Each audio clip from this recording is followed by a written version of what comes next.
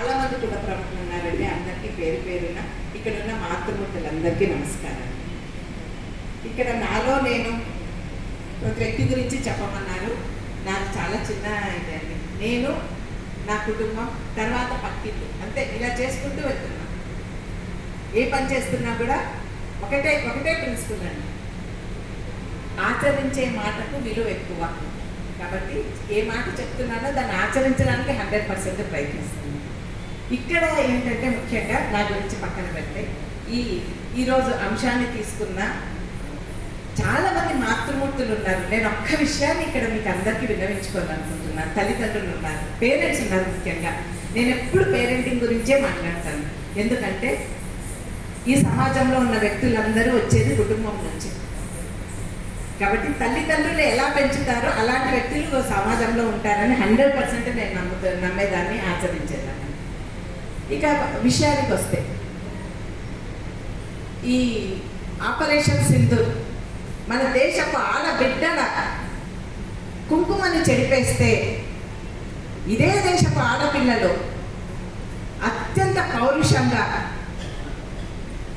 Operation Sindoor పేరుతో 9 air బేస్లను, 9 ఉగ్రవాద శిబిరాలను నేల మట్టం చేసి ఉగ్రవాదుల నవరంధ్రాలలో వణుకు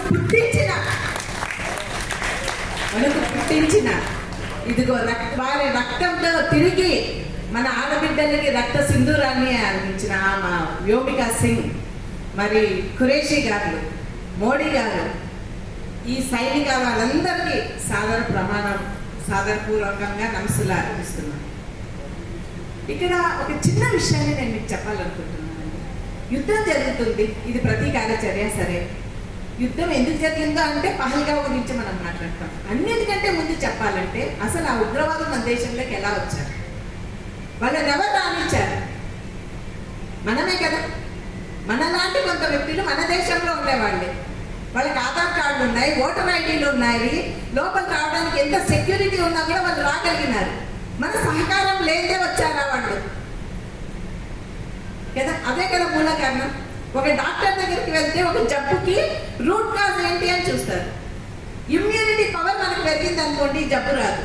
మరి సమాజంలో ఇమ్యూనిటీ పవర్ ఏంటండి?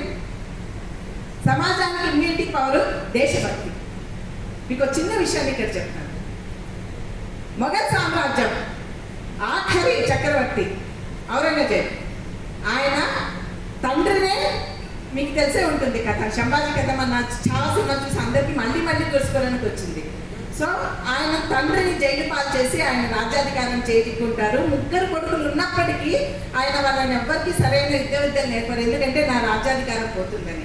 తర్వాత సరైన నాయకుడు ఉండడు మొఘల్ సామ్రాజ్యంలో. ఆ మొఘల్ సామ్రాజ్యాన్ని ఆక్రమించడానికి ఇరాక్ నుంచి నాదిర్ షా అని ఒక చక్రవర్తి వస్తాడు.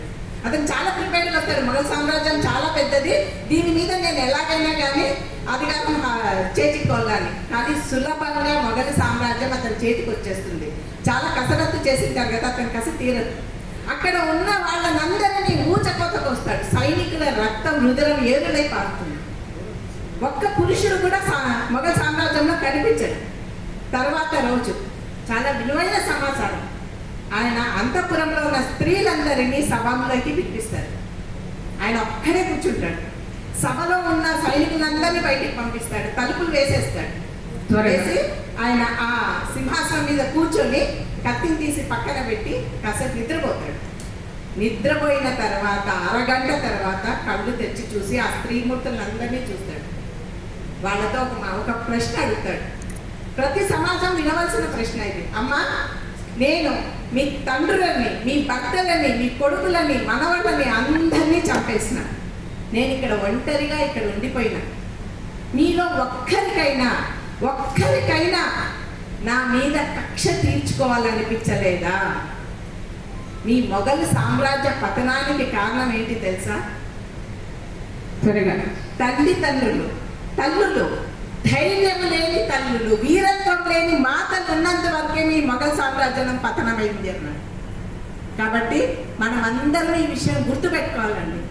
తల్లి ఏ ఆహారాన్ని అయితే తినిపిస్తుందో దాంతో పాటు కొంచెం దేశభక్తిని కూడా రంగరించి బిడ్డకు పెట్టింది అనుకోండి, ఆ బిడ్డలే ఈ సమాజంలోకి వస్తారు. కళాకారులైనా, ఒక టీచర్ అయినా, ఒక డాక్టర్ అయినా, ఒక లాయర్ అయినా, ఇంజనీర్ అయినా, ఎవరైనా సమాజం చాలా గొప్పగా ఉంటుంది. అప్పుడు యుద్ధాలు చేయాల్సిన అవసరం రాదు. దొంగలు దొంగతనంగా, ఉగ్రవాదులు దేశం లేని రారు. ఎందుకంటే ఏ పని చేసినా వాళ్ళు నిజాయితీగా చేస్తారు. సో ఇక్కడ తల్లిదండ్రులు అందరూ ఉన్నారు కాబట్టి నా విన్నపం ఇది, దయచేసి ఇంట్లో పిల్లలకి దేశభక్తి గురించి మాట్లాడండి. పిల్లలు పెద్దగైనా మీ బిడ్డలు, మీ మనవాళ్ళు, మీ కూతుళ్ళకి ఇది తరతరాలకు వెళ్ళాలి. సంఘంలో ఇది ఉండాలి, ఇమ్యూనిటీ పెరగాలి. దేశభక్తి ప్రతి ఒక్కరికి ఉండాలి, సైనికులకు మాత్రమే కాదు, మన అందరికీ ఉండాలి. మన అందరికీ దేశభక్తి ఉండాలి. ఇది ప్రతి ఒక్కరు గుర్తెరిగి మన దేశాన్ని మనం కాపాడుకునే బాధ్యత మన అందరికీ ఉందని మనవి చేసుకుంటూ సెలవు తీసుకుంటున్నాం. సెలవు. ధన్యవాదాలు మేడం.